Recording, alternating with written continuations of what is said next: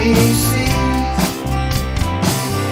from the brightest days, from the darkest nights, from the sunny days.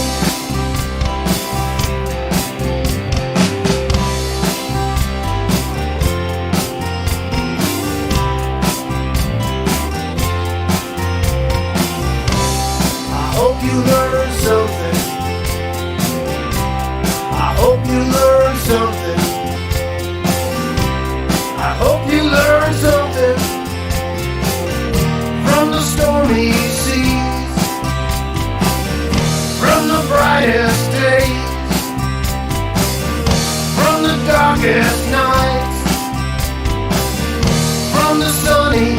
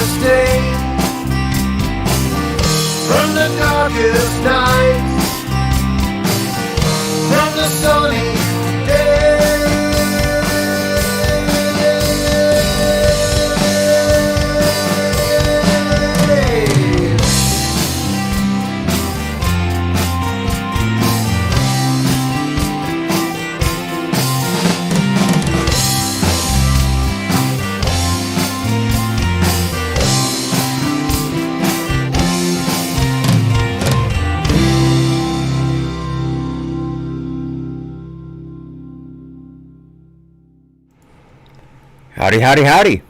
Welcome to the daily All Hat No Cattle News Rodeo. I'm your host, Hat. Hello to YouTube, D-Live, and Trovo. So nice to see all of you. Folks, today is going to be a shorter day in one aspect, a longer day in the other. First, the shorter day. There will be no after show. We're just going to do one show at the beginning here on all three channels. It will be slightly longer than the normal 60 minutes for YouTube. But as I've said in the chat a couple times today, I'm still not sleeping well at all. I was up a number of times last night, but I think I can do a shorter show than the normal 2 hours and get away with it. I'm hoping that perhaps in the future I can try this as opposed to canceling the shows outright. I think that would be at least a little more professional than not showing up at all. We'll see how things work. But anyway, so enough about me. Oh, and the internet, by the way, is totally fixed. This house is rocking and rolling on gigabit internet now. All is happy. I just have to hook up the security cameras to the new router, and all is well. All right, let us get to the show. First off, if I can find it. Our first Babylon Bee bookend. This is the one on the left from their politics section. By the way, an excellent Breaking Bad reference for those of you who remember the great show. It is titled, "I don't study science, I am the science," growls grizzled, bald Dr. Fauci to reporters. And there we have the one and only Dr. Fauci in Breaking Bad garb. Dateline, Washington, D.C. Dr. Fauci went off on reporters this week at a press conference after being questioned on all the positions he has flip-flopped on over the last year. Asked one reporter, "Did you make a mistake, Dr. Fauci? Maybe you just made a mistake in the science. That happens sometimes, right?" Fauci, who was now sporting a goatee and shaved head, narrowed his eyes and growled at the reporters. Quote, "Who are you talking to right now? Who is it you think you see? Do you know how much I make in a year? Even if I told you, you wouldn't believe it. Do you know what would happen if I suddenly decided to stop going to work? A network of laboratories big enough to be listed on the NASDAQ goes belly up. No, you clearly don't know who you're talking to here." The reporters just sat there in stunned silence. "I'm not studying the science," Fauci bellowed. "I am the science!" The White House press pool then began to cry and apologize to Dr. Fauci until Jen Psaki came in and passed out cookies and juice boxes to cheer everybody up. The Babylon Bee, everyone. I hope you don't mind the artistic interpretation of the text. I do my best. All right. And, of course, as always, my personal conceit, the market. The Dow was barely up today, just 0.06% in the green, closing below 34,500 yet again. The big winner today was the NASDAQ, up not quite a full point, but finally breaking the 14,000 mark for the first time in quite some time, but still well below its previous high mark of around 14,300 and change. Gold is again flirting with the $1,900 an ounce mark, $1,900 an hour. That would be nice. While crude oil is sitting slightly above 70 per barrel of West Texas Intermediate crude at present. Bitcoin is struggling to stay around the 36,500 mark, but is at least not sliding significantly yet again. I didn't get to do the story yesterday, and I didn't want to do it now. I didn't move this where I needed it to. So let me hold off on a second here. Okay, I want that there. All right, let's get to what I wanted to do next. Again, haven't slept. All right, speaking of the markets, one of the reasons the Dow is so flat today was because it has nowhere to go. Because as you can see from this article here from the Epoch Times by Tom Ozimek, annual inflation rate soars to 5%, in biggest jump since 2008. Yes, folks, the Consumer Price Index for May surged 5% over the past year. Again, the biggest spike since 2008. There was a slight drop from April's 0.8%, but it's still very high, very large mark. So right now, the Fed is still saying that this is transitory. But get this. The Fed's preferred inflation gauge, the so-called Core Personal Consumption Expenditures, or PCE, which excludes the volatile food and energy components, rose 3.1% in April, the biggest jump since 1992. May's PCE inflation number is scheduled for release on June 25th. So the Fed is saying this is transitory. We're going to hold off on raising interest rates and allow the money supply to continue to surge forward because we believe things will even out once the supply chain gets straightened out and all will be well. Meanwhile, you have people like Sung-Won Son, who's a professor of economics and finance at Loyola Marymount in LA, who said the following: "The market is starting to worry that the Fed may be going soft on inflation, and that could let the inflation genie out of the bottle." So we have two schools of thought here right now. And of course, the Fed and the Treasury Department are in line with this administration, which is all about spending oodles of money we don't have on things that don't need to be propped up. And that is the absolute definition of inflation. So hang on to your hats. I'm waiting for gold to surge. I'm surprised it hasn't yet, but we'll see. I think it's just a matter of time. Now, speaking of the economy and all things great and small, you remember that President Trump slapped tariffs on steel and aluminum imports during his administration because the American steel and aluminum industries were taking big hits by countries subsidizing their industries and dumping that metal onto the open market. China, for instance, has been selling steel at a loss for a very long time in order to drive down the price across the world, thereby allowing it to suddenly take over a large market share and start raising prices. That is the absolute definition of price fixing. And China's measure, or I should say share, of the world steel market has gone up several percentage points in just the last 10 years. It is now over, I think, over 56% of the world steel market belongs to China, up from some 53% just 10 years ago. A massive jump. Also, we had Europe doing the same thing.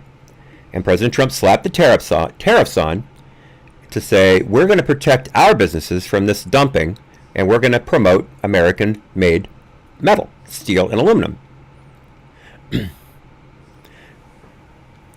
Dog says he lost my D-Live stream. Let me take a look here. Excuse me just a second, folks. I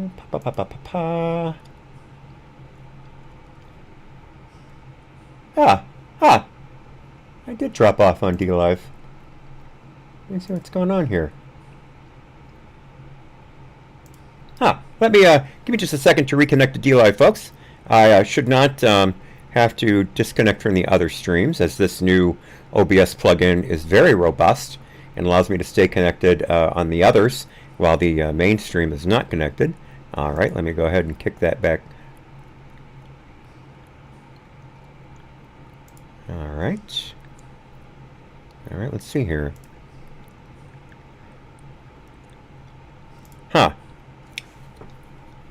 OBS is hung up. Interesting. I don't know what's going on here. Give me just a second. No, there's nothing I can do. We've lost D-Live, folks. We've lost D-Live.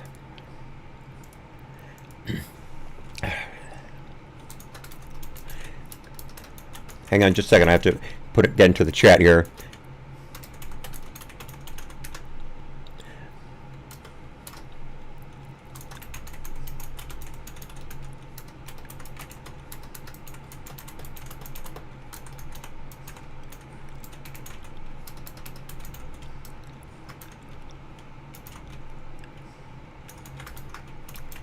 Damn it. Excuse me just a second. I can't type.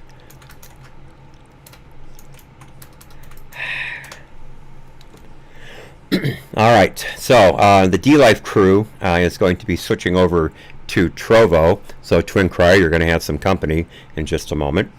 Yeah, the D-Live has gone offline, and I have no way to fix that. All right. Thank you so much, Dog, for letting me know what had happened. Once again, everyone, Electric Dog is not only the king of the links, but also my technical producer. So thanks so much. Of course, he can't hear me right now. Okay, so while they're connecting over, and good news for you YouTube guys for a change, you actually get the whole stream. So anyway, Trump was protecting American steel and aluminum, and our job numbers in those industries went up under Trump, and things were looking good. Remember, America first, right? America first.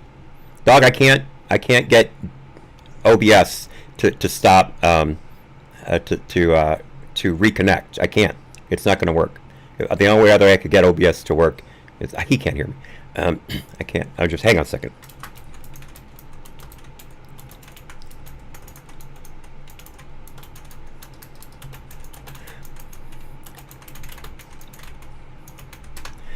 Okay, so anyway, we were protecting American businesses. We were buying American. That was the whole point. And we were told during the campaign last year that the Biden administration's goal was going to be build back better. Okay, build back better. Right? and also Buy American. We were told those things were going to happen. So what happens? First thing the administration does is cancels a major oil pipeline, killing jobs in Canada and the U.S., and raising oil prices across the board. Also, he starts talking about dismantling the hydrocarbon industry, refusing to renew federal leases for fracking and other drilling operations, and again, driving up prices. So now, in an effort to buy American and build back better, there is a leak from this president's agenda in next week's meeting with the EU, where, according to a Breitbart article right here by John Carney, Joe Biden plans to surrender protections for American steel and aluminum. According to a notice that's been verified by Bloomberg and a couple of other outlets, Biden is going to drop the tariffs protecting U.S. steel and aluminum from European subsidized metals next week. Some people are saying that there's a long way to go before this will be finalized, and others are saying it's a done deal. Folks, I see no reason this would not go through without not even needing anything more than a voice vote, because Europe has been taking a big hit on not being able to subsidize its aluminum and steel industries and sell cheaply in the U.S. And they are going to jump at the chance to do that all over again. It's going to happen. You remember, we got clearance from the World Trade Organization to impose these tariffs, specifically because of the European Union's attitudes towards their aluminum and steel industries, how they were subsidizing them. The WTO, which hates us, allowed us to impose those tariffs. And Biden's going to take them off. So American steel and aluminum are going to become too expensive compared to Chinese and European products. And so you're going to see American steel and aluminum jobs dry up like water on a hot sidewalk. That is the complete and total import of this news. American steel and American aluminum are going to take it in the teeth, which means American workers are going to lose their jobs. All in the guise of Build Back Better and Buy American. Now, this hasn't happened yet, okay? There is a chance that this news breaking could force Biden's hand and make him back off. But I seriously doubt it, because as we know, Biden and his former boss, Obama, are all about bending over backwards for the rest of the world, making everyone like us as opposed to respect us. And that was the problem with Trump. Everybody kept saying that they don't like us. So what? They respected us. That was the point. They knew they couldn't screw around with us, or they would pay the price. Literally, pay the price. But what we have now is the consensus government, the New World Order government. So I fully expect this to go through. I fully expect it to go through.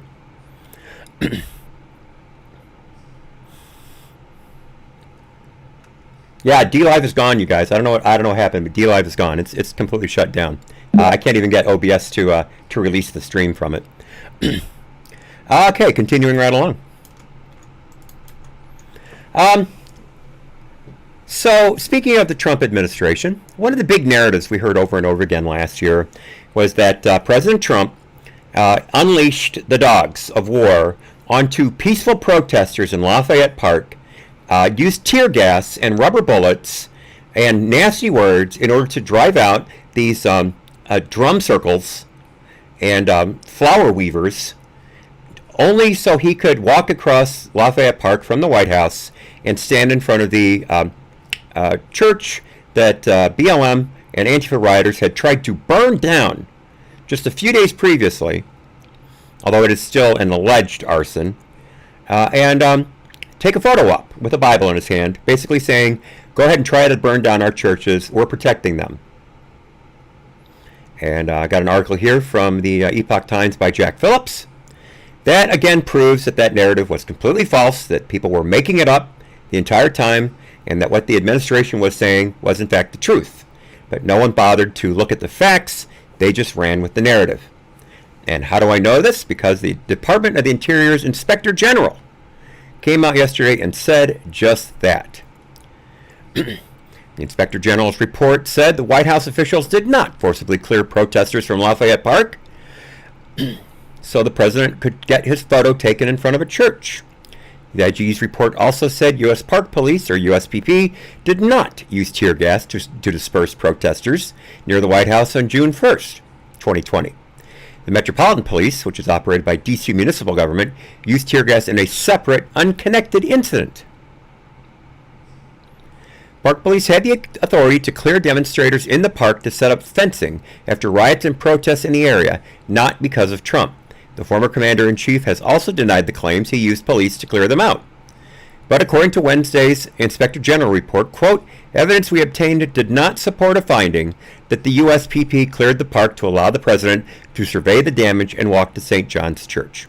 Now, in case you want to continue with the narrative that these protesters in Lafayette Square were peaceful and nothing more than, as I said, drum circles and flower weavers, let me refresh your memory right here. This is a group of people, some of them wearing I Can't Breathe BLM t-shirts, trying to tear down the statue of Andrew Jackson. You may remember that 4 people were charged with federal crimes in the aftermath of this incident. Of course, they're all on social media. A number of them, including the guy who climbed up on the statue to put the towing strap around the neck to try and allow them to pull it down. Also, you might remember this from one of the confrontations at the park versus BLM protesters. This is when they were trying to set up an autonomous zone around the park, and that failed ultimately. But yes, we were told that these were peaceful protesters, that the feds came in, used tear gas and rubber bullets, and swept them out just so Trump could take a walk. And again, that was a complete and total lie, but far be it from the media and the Democrats to let the truth get in the way of a good narrative. There was one incident that did not go according to plan. According to the article, the report found that police video and other footage showed that at least one officer shot pepper balls toward the crowd on H Street from inside Lafayette Park, but did not show protesters breaching the fence line, noting that the park police incident commander had said pepper balls should only be deployed if protesters breached the fence line. The article also says that there was a breakdown in communications between park police and Metro and other offices that showed up, and that had nothing to do whatsoever, though, with the lie that was being told over and over again. And let's remember, there was a lot of damage to Lafayette Park and Lafayette Square. There were several incidents of arson, a park building being burnt right to the ground, and again the arson attempt at St. John's Church, where they set the basement on fire. But luckily, D.C. Fire Department got there in time to douse it before it spread. So there wasn't a lot of damage done to the church, thankfully. But again, another complete lie by the Democrats and the media being put to rest, but only after the new administration has got itself settled into the White House. Gee, go figure. To Inquirer says, in the Trovo chat, how do you know when the media is lying? Trick question, they always lie. Very good, and very good. All right, getting into a little state news. Michigan, there's a governor's race. Governor Whitmer is up for re-election in 2022, and right now she's not doing well in the polls. She was up pretty heavily earlier this year, but has been dropping like a stone ever since. And she's got 2 very strong challengers against her right now, one of whom you may know if you watch Fox rather often, especially Tucker, and that would be former Detroit Police Chief James E. Craig. Chief Craig retired back on the 1st of this month, and he hasn't yet, but is expected to formally announce his bid for governor quite soon. And this article from PJ Media by Matt Margolis also points out that a name that many of us are familiar with, John James. John James is a Detroit businessman who has twice run for Senate and has lost by bare margins both times after being outspent by the Democrats by millions and millions of dollars. Chuck Schumer personally put a lot of Democrat funds into the Democrat senators, the incumbents, race in order to defeat John James. John James still came within a whisker of winning that race. But right now, James is right now only trailing Whitmer by 5 points in a hypothetical matchup. Now, there were some other polls that had the race slightly tighter. The poll that I'm quoting that has Craig up 45 to 38% over Whitmer. That was conducted by a group called Competitive Edge Research, which is that poll was commissioned to them by the state Republican Party, by Michigan Republicans. So some people are saying that you should take those results with a grain of salt. That's all well and good. But the Detroit Regional Chamber also released poll numbers on Monday, and those numbers tracked very closely to what Competitive Edge Research put out. Here's my favorite part of this article, though. This references a Glenn Gariff poll. More telling, when asked in the Glenn Gariff poll if every voter should have to present a state-issued ID card in order to cast their ballot, 80% said they supported the Republican-backed measure, while 16% opposed it. Another poll was less emphatic, with 65% of voters supporting ID, with 15% opposed. So again, only at most 16% of Michiganders oppose, not are ambivalent to, but oppose state ID requirements for voting in the state of Michigan. 15 to 16%, depending on which poll you look at. While those four are anywhere from 65% to 80%. So a strong, if not overwhelming, majority. But we've been told over and over again that voter ID laws are racist and disenfranchise voters. Last I heard, there were more than 16% minorities in Michigan. Just saying. Just saying. Moving right along. Now we get to Illinois. I'm kind of doing a mix of state and law and order block here. Normally I would save the law and order block for the after show, but again, since I did not sleep well last night and I just don't have enough energy for a full 2-hour show, I'm kind of mixing and matching things. But this story dovetails into both of those categories quite nicely, but unfortunately at the same time. You may not know, but recently Illinois passed something called the SAFE-T Act, SAFE-T Act. And it has made sweeping changes to criminal justice in Illinois. Let me give you a few of the highlights here. Within 2 years, cash bail will be abolished.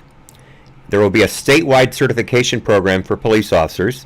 Body cameras will be mandated by 2025, and anonymous complaints against police officers will be allowed. Anonymous complaints against police officers will be allowed. Let me say that again. Also, abolishing cash bail. We all saw how great that experiment's been working in New York City, where criminals are literally getting arrested, getting back on the street, and committing the exact same crime again within hours of being released. Within hours. Over and over again, including violent assault, including robberies. So that's where cash bail abolition gets you. But obviously Illinois knows better than New York City, and they're going to make it work because Illinois is much smarter than New York. Of course. Of course.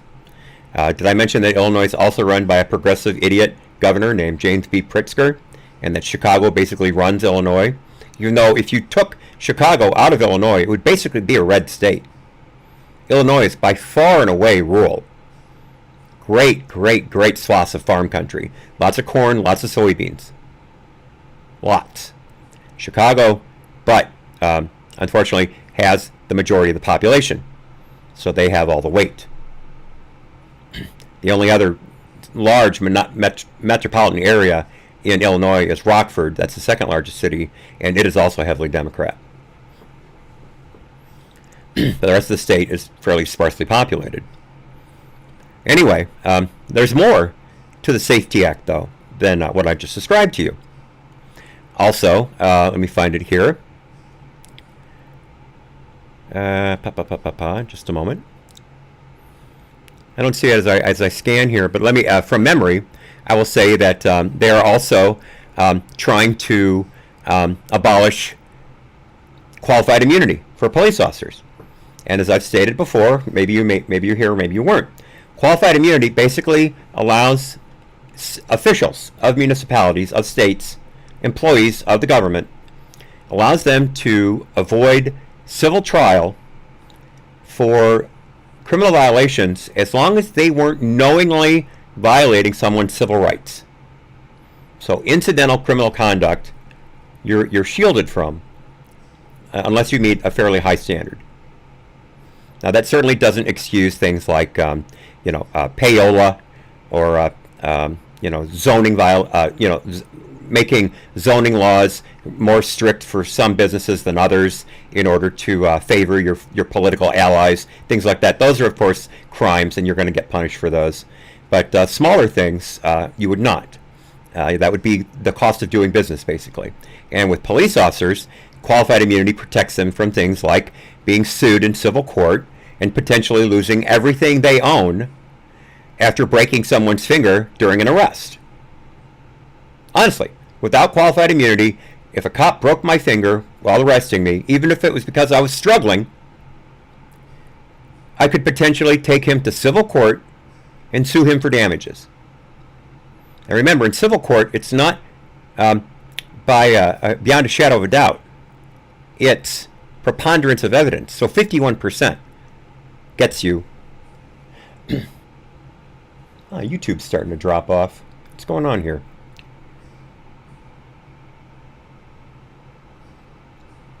Hang on just a second.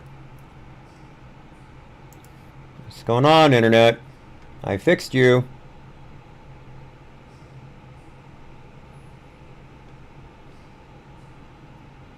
Alright, YouTube seems to be back. Okay. Anyway. So yeah, qualified immunity. And Illinois is proposing to completely eliminate qualified immunity for police officers. Not for municipal employees, of course. Not for state employees. Just for police officers. So guess what's happening? Illinois is losing cops at record speed. This article by Kara Ding from the Epoch Times, it describes a interview with Jim Katechuk, and Jim is the head of the Illinois Sheriff's Association. And he says that right now, 5 Illinois sheriffs have retired early since January, and 6 are going to be retiring this summer. Normally, in a typical year in Illinois, you'd see 1 or 2 sheriffs quit in a 12-month period before their full term was up. Maybe 1 or 2. And now we're seeing at least 11 before the middle of the year. Or I should say later this year. 11. And a number are also not seeking re-election. In fact, over 20 of them are not seeking re-election. And again, these are sheriffs. These are the people who are elected to run the law enforcement for the county. And in Illinois, the county sheriff is much, much, much more involved in law enforcement than city municipal cops are outside of Chicago and Rockford. Because again, Illinois is mainly rural. You just don't have a lot of city police forces in Illinois. The sheriffs do the vast majority of the work. The Illinois State Police are in charge of certain high-end criminal investigations and the interstate highways. That's it. For some reason, the Illinois State Police are also in charge of guns in Illinois, which are highly regulated in that state, unfortunately. But these bills are absolutely killing Illinois police recruitment as well. Let me quote you this. Chicago Fraternal Order of President John Catanzara told the Epoch Times, quote, that bill makes working conditions for police in the whole state untenable forever.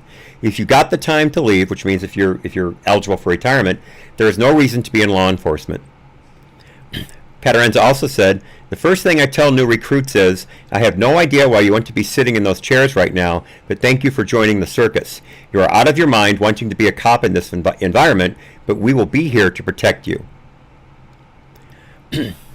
According to records obtained through a Freedom of Information Act, Chicago PD lost about 330 officers in the first 4 months of 2021, due mostly to retirements.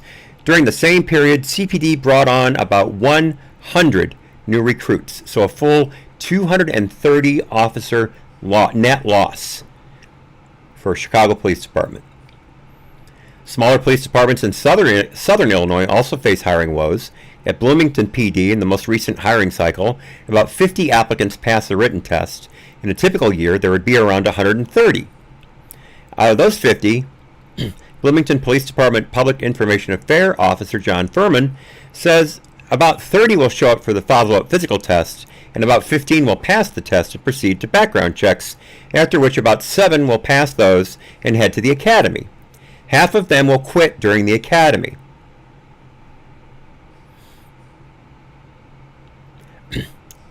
Quoting him also, "We're talking about a profession in which if something happens with a police officer in California, then everyone across America judges you. When you have a teacher in California molest a child, do you think a teacher in Bloomington is that person as well? It's not fair." And the article goes on to talk about Illinois officers seeking work in other states. In fact, it quotes a former police chief from a Chicago suburb who is now a police chief in Alabama. And he has recently hired 2 former Illinois law enforcement officers onto his department in specifically Gulf Shores, Alabama. So, and he says a lot of other officers are looking at places like Indiana to move to, places that actually have sane laws regarding their police departments. I think the most important quote from this article, though, is this, and this is from Chief Delmore, formerly of Chicago suburb, now of Gulf Shores, Alabama. Quote, "Every community gets the kinds of law enforcement it insists on. Society must come to understand that the price they will pay for a more passive police officer is a more aggressive criminal." Folks, if you didn't hear me say one thing today, or could only, I should say, pardon me, hear me say only one thing today, that's it. I'm going to repeat it. Every community gets the kinds of law enforcement it insists on. Society must come to understand that the price they will pay for a more passive police officer is a more aggressive criminal. And you take away protections like qualified immunity from police officers, and they will become enormously passive. They will not do proactive policing because that sets you up for violent encounters that will require the use of force. And police officers across the country are on notice that if they use any kind of force, justified or not, they and every other police officer in the country will be hung out to dry immediately by the media, by BLM, and by the Democrat Party. Although I repeat myself. So folks, if you live in a blue state and you see laws like this coming down the pipe, you should really think about moving. You really should, because your life's on the line. I'm not being glib. I mean it. Your life's on the line if you live in a state where these kinds of laws are being passed. Thankfully, Wisconsin hasn't gone this far left yet, but I'll give it time. Give it time. Okay, on to some COVID news. First off, something I don't do very often, quoting 45, President Donald J. Trump. This is from his DonaldJTrump.com news page from today.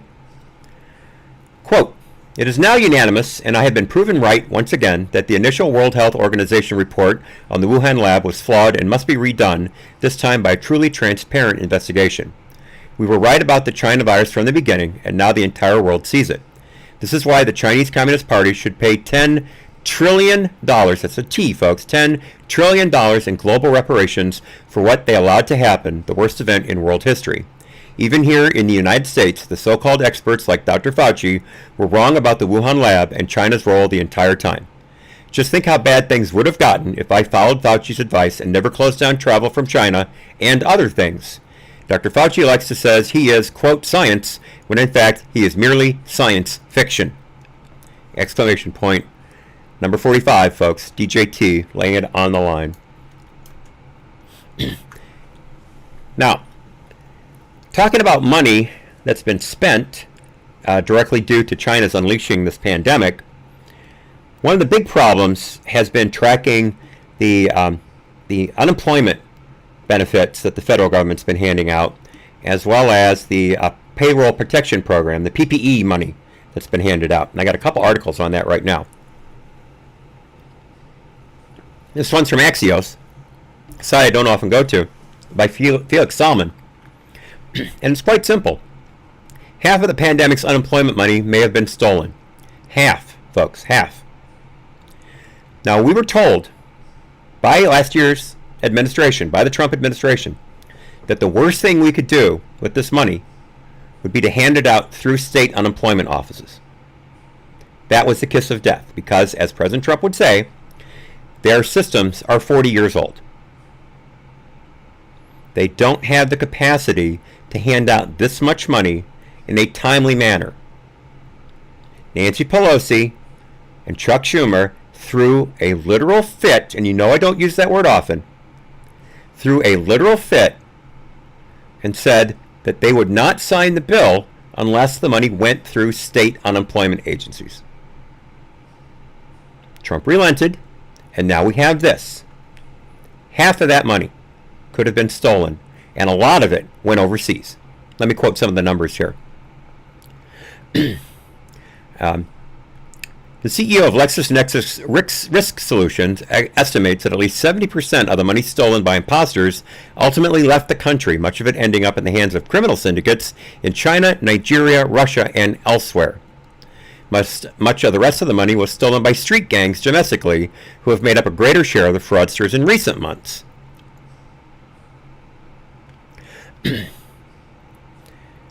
Let's see. Unemployment became where the big money was, and was also being run by bureaucrats who weren't as quick to crack down on criminals as private companies normally are. Unemployment fraud is now offered on the dark web on a software-as-a-service basis, much like ransomware. States without fraud detection services are naturally targeted the most. The most. I'm slurring my words today. I am tired. So that's the thing, folks.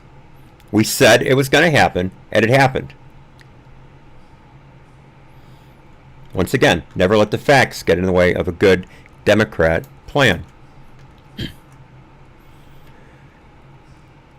Let's see, let me move that one more time. I'll get to that in a moment. Okay, so keeping up with the fraud. I've got this great article from the Daily Wire by Ben Zeisloft. Hope I'm pronouncing your name right, Ben. And this lists a few of the great frauds that have been perpetrated through unemployment and PPP money over the last year. My favorite out of all these is the first one. Fontrell Antonio Baines, who is a rapper, also known as Nuke Bizzle.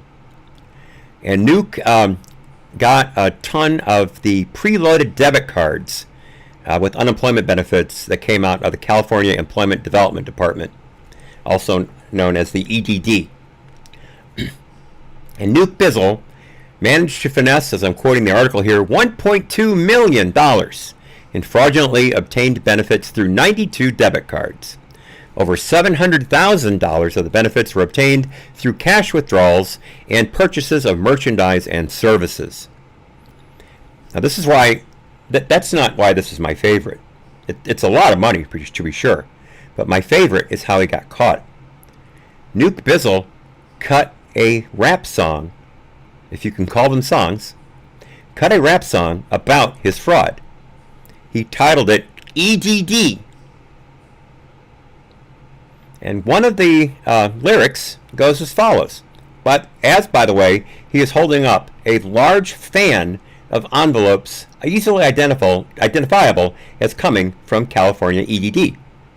And the line is, "I will go to the bank with a stack of these." Another rapper in the video said that, and this is my second favorite part, "You gotta sell cocaine, I just file a claim."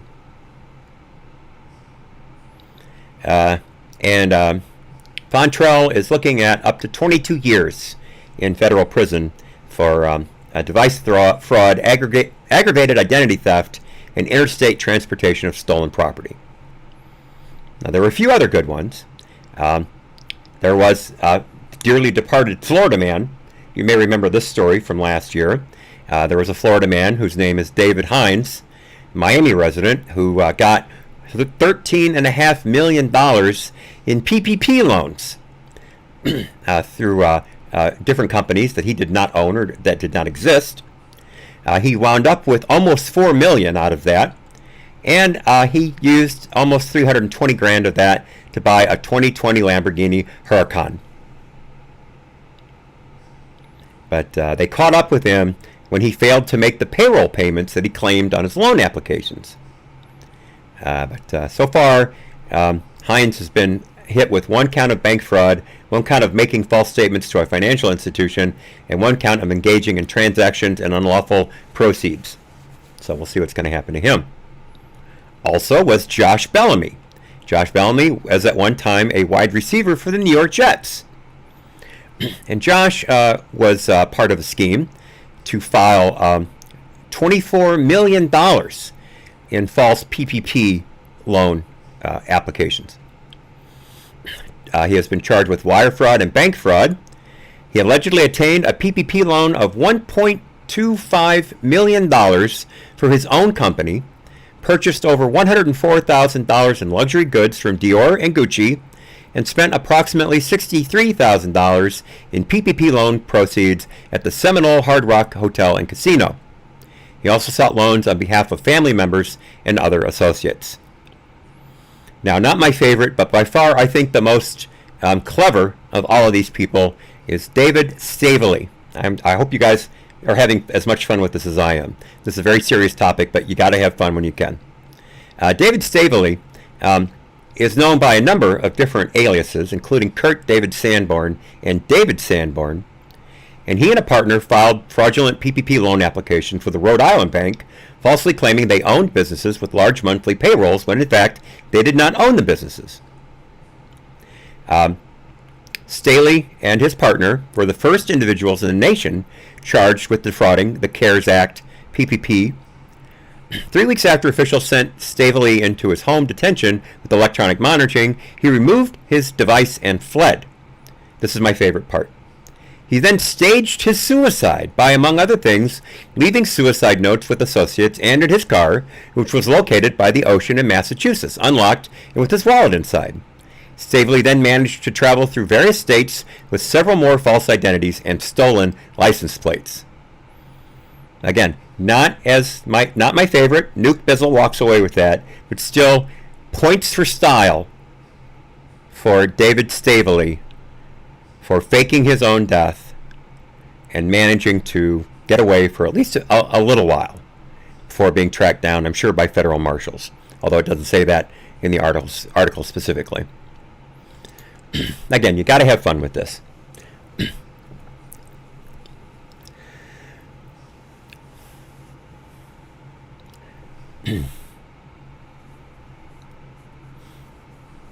So now we've got a story that I have come across twice before now and kept pushing back because I had it in the wrong place. This is something I wanted to get to yesterday, but I didn't have time, and so this story dovetails onto that from yesterday. To get to that part first, vaccination rates in America have absolutely fallen off a cliff. At one point, we were doing some 4.3 million a day, and now, I'm sorry, 1.4 million a day. Got that mixed up. Now we're down to not even 200,000 a day across the country. Some states are in danger of throwing away vaccine doses because they're about to expire. In fact, Ohio is looking at having to destroy tens of thousands of doses because they can't use them in time. And according to the Ohio Department of Health, the current regulations regarding state shipments of vaccines are such that if you have extra and you can't use it, you're not allowed to try and find another place that can use it out of state. It's against the law. It's against federal law to transfer these vaccines once they're delivered to you. So now they're going to be thrown away. Great plan. So I've got this article here from Seeking Alpha from this afternoon. And it says here that the CDC has stopped new shipments of the J&J jab in an apparent attempt to clear a backlog of vaccines to ensure they don't expire. And this is according to the Wall Street Journal. It says the halt is temporary. On Tuesday, the Journal reported that millions of J&J vaccine doses were at risk of going to waste, and states were finding it difficult to redistribute them. And as the article stated, and again, I had this yesterday, the big thing that caused this huge drop-off in vaccinations was the CDC's decision to halt the Johnson & Johnson vaccine distribution because of 6 reported cases of sudden blood clots out of 7 million doses administered. I'm not fudging the numbers here, folks. I remember this specifically. There were 6 reported cases of sudden blood clots resulting in 1 death out of 7 million, just under 7 million doses administered. And remember, J&J is a one-shot vaccine.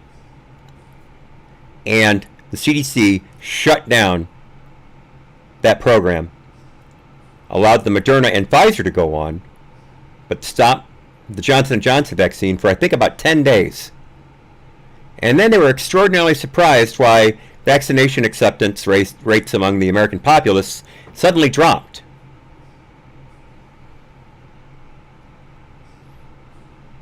And they've never recovered.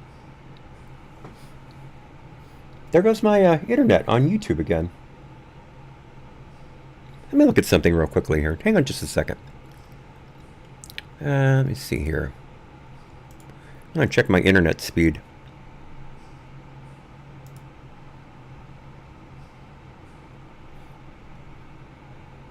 That's strange. Try this again.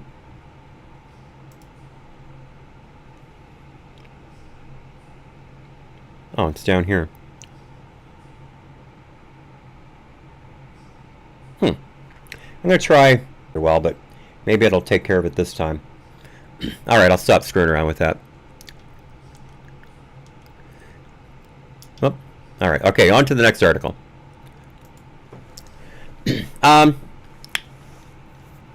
Wait for the end of this. All right, I'm going to give you the setup, and then I'll give you the payoff. But first, the setup.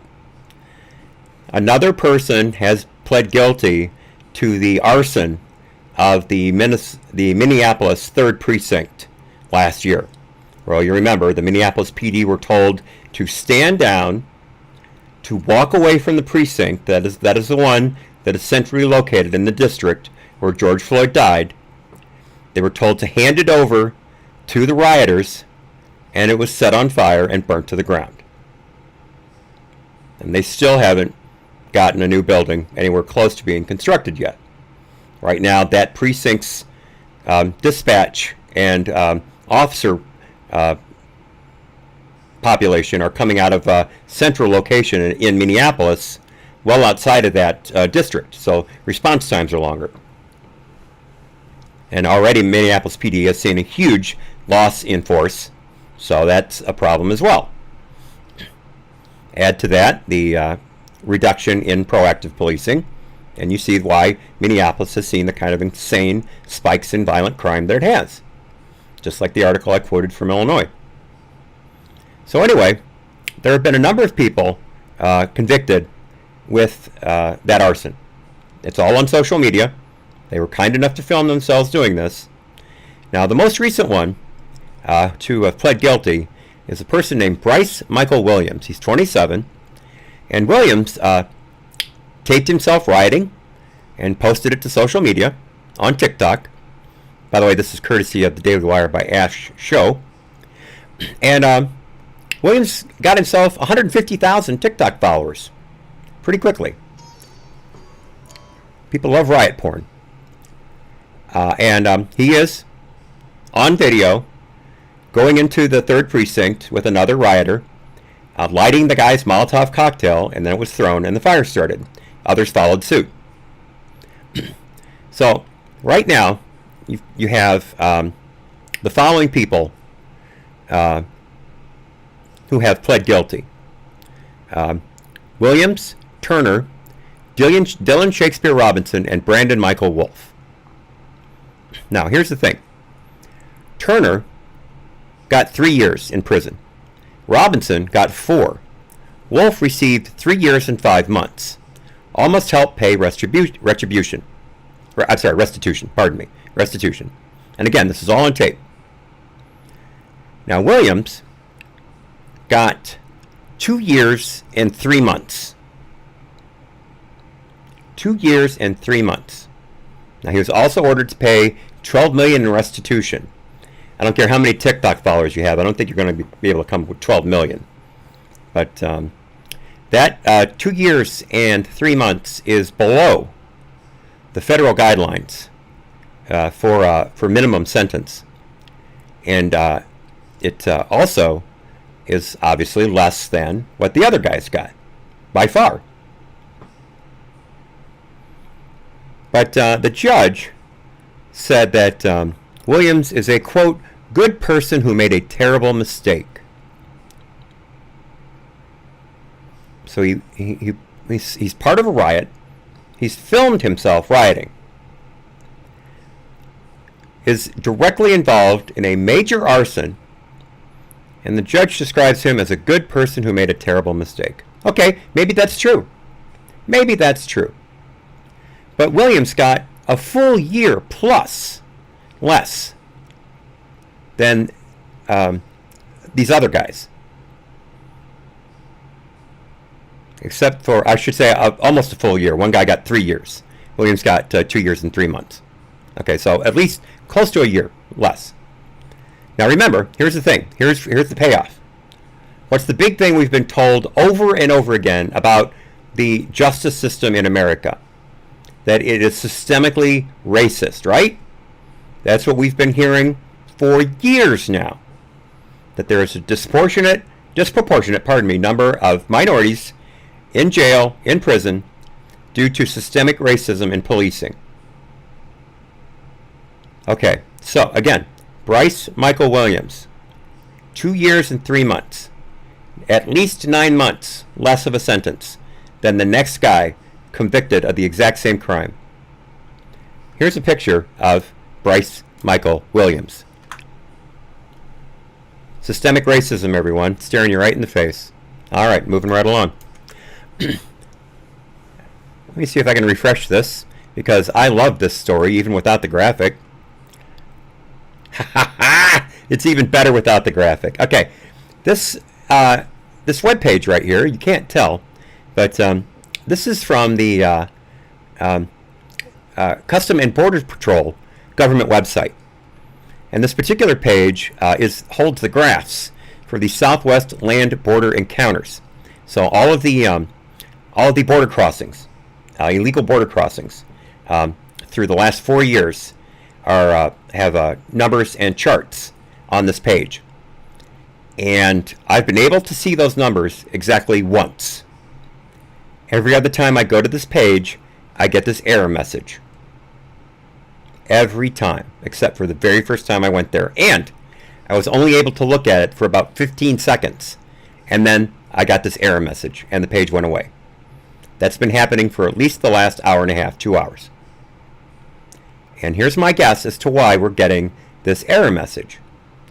Because the May numbers for illegal border crossings were almost 2,000 higher than the April numbers. April numbers, as you'll remember, were about 178,500, a little more than that. The May numbers were 180,034. I've got that right here. 180,034. So about 1,500, 1,300 more than April. Remember, we were told that this was nothing more than a blip. That this was just a seasonal increase, which anyone with half a brain has been pointing out ever since that statement was made by 46 Asterisk, that was a complete and utter lie, because the busy months hadn't even come yet. We are now in the busy months. May, June, beginning of July, mainly mainly mid-May to late June, a little bit in the beginning of July. And then the temperatures start going up and people stop coming across as often because they have to cross open desert, and you tend to die in the summer in the open desert. It's a thing. Problem is, though, you can die in the winter in the desert too, because it gets very cold at night in the desert. And if you're not dressed for it, you will freeze to death. It can happen in the middle of summer. It gets very cold at night in the desert because there's no vegetation to hold the heat, and the ground loses the heat very rapidly. It's a thing. So, funny enough, when you try to see those numbers today, and they were not out yesterday, I checked. They were not out yesterday. They came out today, and now you can't see the page. I'll refresh it one more time. There it is. All right, we got it for a second. Read it and weep. So here we are. April numbers, 178,854. May numbers, 180,034. So that's about a 1,200, just under a 1,200 rise. And again, those are the ones that we encounter. That doesn't count the gotaways. The ones who cross the border and we only have either an image of them on a security camera or a heat signature from a drone or trash and tracks left through the desert. There are at least 1,000 of them a day right now. And again, that's a rough estimate. I'm sure that's lowballing it. So if you add 31 days in May, right? If you add 31,000 to that, you get 211,034 for the month of May.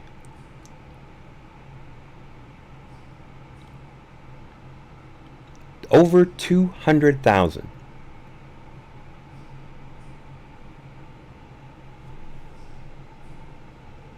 But there's no crisis at the border, folks. It's all under control. I had a story yesterday that I didn't get to about how many of these encounters people are being given notice to. It's not notice to appear. That's when you have a court date.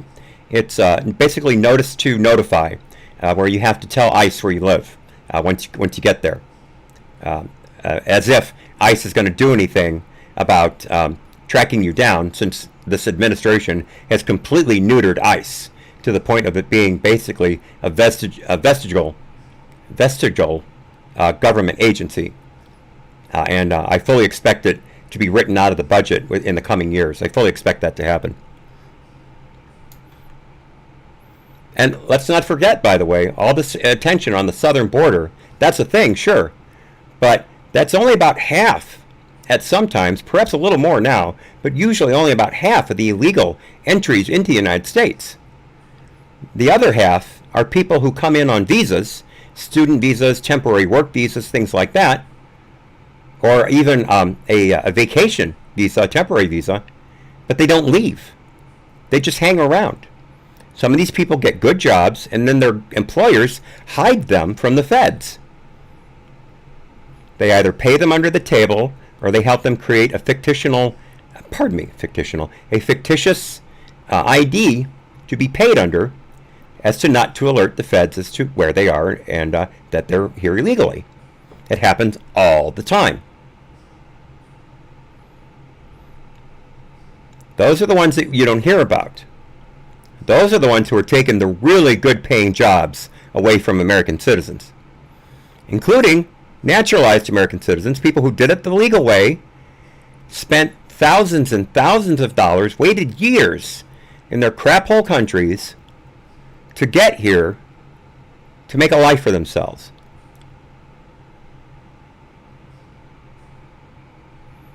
These are all in direct competition with people who are here legally,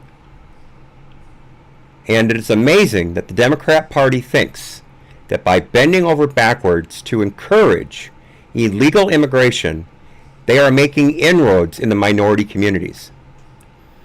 I think I said yesterday, you may have missed it, Del Rio, Texas elected its first Republican mayor in over 22, 23 years this month. He's gonna take office in a few weeks. Henry Cuellar, big Democrat, big Texas Democrat, who represents a border district in the U.S. Congress. He has been all over this administration about what's happening in his district. And they are blowing him off at every opportunity, and he is pissed. So is Henry Gonzalez, another big Texas Democrat in the U.S. House. You remember how well Trump did on the border in 2020. And he had solved the border. Now you've got the Biden administration creating absolute chaos.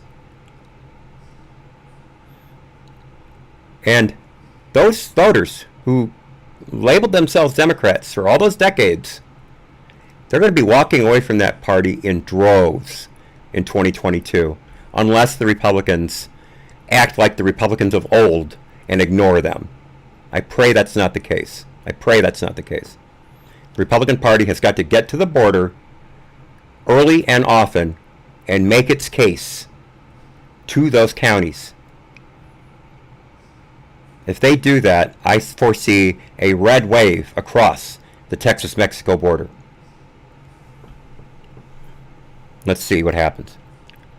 I can't believe this actually came up. I'm very surprised. Oh, by the way, in comparison, 2020, and no, let's not look at 2020. That was the middle of the pandemic. Let's not look at that. 2018.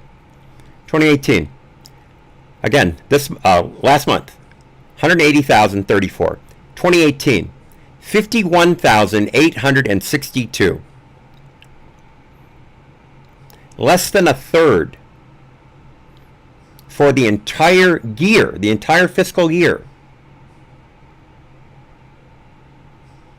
of what we have already this year.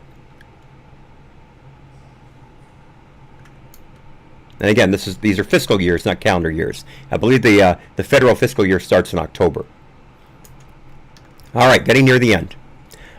I don't have time to read this in full. I would really like to, but please go to justthenews.com and look at this article. It's brand new, out this morning, written by John Solomon and Seamus Bruner. Remember, John Solomon and Seamus got together and wrote the great expose on the Clinton State Department giveaways to Russian companies regarding Uranium One and the Rosatom deals. I believe it was. I believe the name of the book is Radioactive. I can't remember for sure. I read it earlier this year, but now I can't remember the name of it. It's a very, very good book. It details it down to the letter. But this article here does a really deep dive into some new Hunter Biden emails from the laptop from hell. And again, I wish I could read the whole thing, but basically it describes Hunter getting together with the managing director of Rosemont Seneca Investments. You remember Rosemont Seneca was that umbrella organization that Hunter Biden and Devin Archer created to handle the money coming in from China and Burisma out of the Ukraine and these other places. And they had something called the RSPI, which was Rosemont Seneca, basically their investment arm. And there are a number of emails between Daniel McHale, who's the RSPI managing director, and Hunter, and a colleague named Eric Schwerin. And McHale and Schwerin are talking about basically leveraging Hunter Biden's name to bring in a bunch of big government contracts. These are known as, let me find it here just a second. I'd forgotten what they're called. Oh, shoot. Shoot. Sovereign wealth funds. That's it. Sovereign wealth funds. So these are funds controlled by major government agencies. And these emails show Hunter and McHale and what's the other guy's name again? Hunter McHale Schwerin plotting to pull in big name political figures from around the world to invest in RSPI. Now here's the thing, as it says here in the article, Hunter is not qualified as far as rating to directly lobby these government officials to invest in his fund. He's not credentialed to do that. But according to these emails, he did that anyway. He was reaching out to some very, very high-level people in order to get them to come on board and put a bunch of their money into RSPI, the Rosemont Seneca investment arm. And according to the article, the email attached a list of the largest sovereign wealth funds in the world with a combined wealth of more than $3 trillion from China and Russia to Saudi Arabia, Dubai, and Qatar. And I'll quote Sharon here. Let's you and I set up a call to talk about outreach of sovereign wealth funds. As you know, since Hunter isn't licensed, he can't do any direct marketing to any of these funds on behalf of RSPI. I'll call you later and we can discuss further. So here's some of the things that happened. Hunter directly corresponded with the UAE's ambassador to the U.S. His name is Youssef Al-Otaibi. And quoting the email, Mr. Ambassador, I have a meeting today at noon regarding InfoSpan and was wondering if there's any update. Sorry to be a pain regarding this. Hope all is well. Hunter. And the ambassador wrote back, I never heard back, but let me make one last-ditch effort. So that one didn't seem to pan out. A month later, Hunter reached out to Francois Delattre, I hope I'm pronouncing that right, Delattre perhaps, the new French ambassador to the UN, seeking help after the two met at an official Obama White House state dinner with French President Hollande. Or is it Hollande? I really don't know. Hunter wrote, I was proud to be included in the dinner to have the chance to meet President Hollande. I don't remember if I had the opportunity to mention that my business partner has a personal relationship with Ben Jenkins, whom, obviously it should be who, is in the midst of an attempted acquisition of TDF France. We are assisting Ben by informally helping him gain different perspectives. I was hoping to get a few minutes of your time to introduce you to Ben. The diplomat blew him off nicely, as a diplomat would. And then also, Hunter Biden's team plotted to get the vice president's son a meeting with the Chinese ambassador to the U.S. in early 2014 after the trip, to Beijing aboard Air Force Two in December 2013 had not materialized into enough immediate business. Quoting the email, we're providing notes to the embassy now on meeting purpose. Katie submitted to Chinese ambassador, awaiting feedback and confirm if timing is possible. And finally, in 2016, another email has Hunter reaching out to Enrico Rossi, the president of Tuscany in Italy. I'll read you the email. I'm spending more time on this than I planned to, but there's just so much detail in it, I didn't want to leave it out. Okay, this is Hunter Biden. Again, he is not licensed to directly solicit for RSPI to any of these individuals. It is against the law for him to do this. Here's his email to, again, the president of Tuscany. Quote, Dear President Rossi, I hope this email finds you well. And this was to his personal email address. I wanted to follow up on a letter that I had sent to your office to make sure you had received it. Also, on behalf of Burisma, I wanted to invite you to the Monaco Energy Forum we are hosting in June. I've attached the invitation as I know it will be a great event focusing on promoting alternative energy sources in Europe. I'm looking forward to a fruitful relationship between Burisma and Tuscany. I hope you will be able to join. And again, folks, we haven't heard the last of this laptop by far. By far. I'm going to plug it again. I'm pretty sure the name of the author is Miranda Devine from the New York Post. She has been the Post's lead person on this story. She's got a book coming out in September that is supposed to be the absolute be-all and end-all about the contents of the laptop. As soon as it's available for pre-purchase, I will let you know, and I will get on the list, I promise you. I see I haven't had a problem with the internet since I turned off the VPN. Perhaps I screwed up something when I put the network together. I'll work on that after I hang up here. All right, folks, a Babylon Bee, and we are out of here. Again, I had to end early today since I didn't sleep well last night. Pray for sleep tonight, and we'll have a normal day tomorrow. Again, though, I see no reason not to get on tomorrow morning to begin anew the playthrough of the Blood and Wine DLC with The Witcher 3. We completed the main quest earlier today, and so now we just finished the tourney quest, also the quest where we break the curse of the Lady Vivian. Now we're going on to other things, but that'll be tomorrow morning. I'm always up for playing in the morning. Anyway, the second Babylon Bee bookend, this is one on the right, from the U.S. section. New York Times now claimed 1619 Project was satire. And here we have a page from the Grey Lady herself. The 1619 Project was always meant to be satire. Though various right-wing groups, fueled by questionable motives, have made it a point to slander the 1619 Project, humorist Nicole Hannah-Jones confirmed that it was always intended as a comedic work.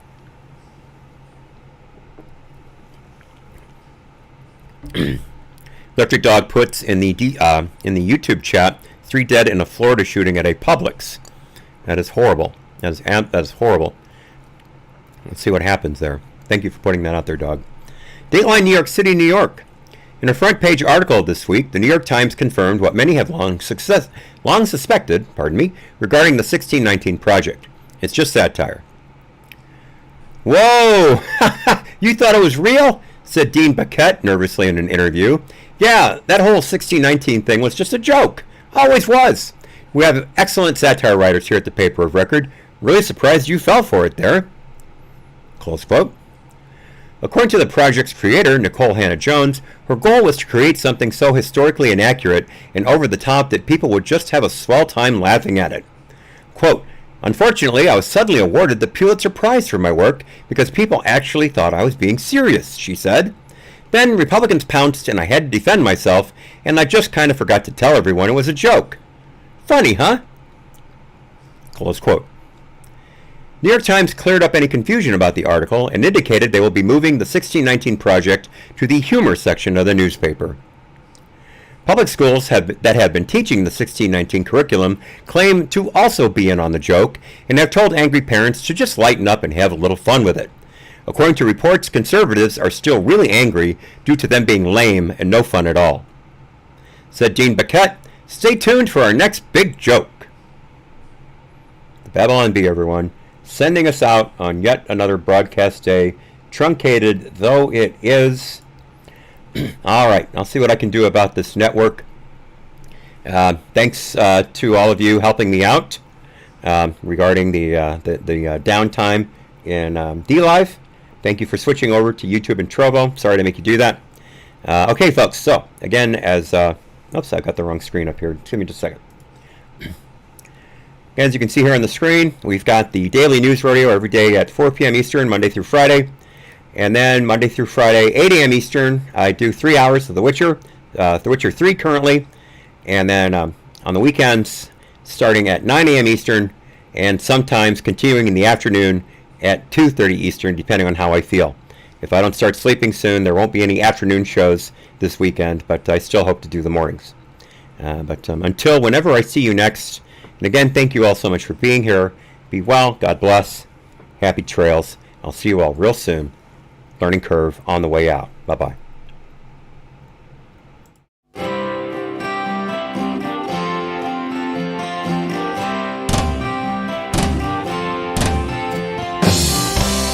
I hope I learned something. I hope I learned something. I hope I learned something from the story he sees, from the brightest days, from the darkest nights, from the sunny days.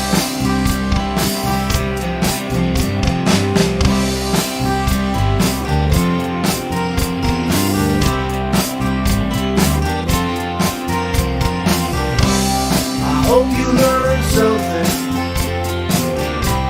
I hope you learned something. I hope you learned something from the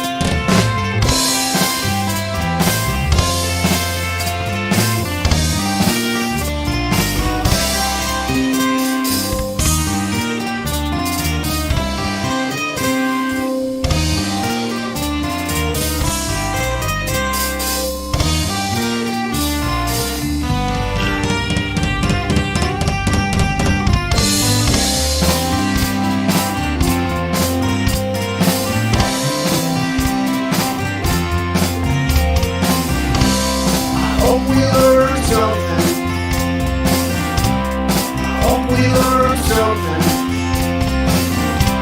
I hope we learn something from the stormy sea,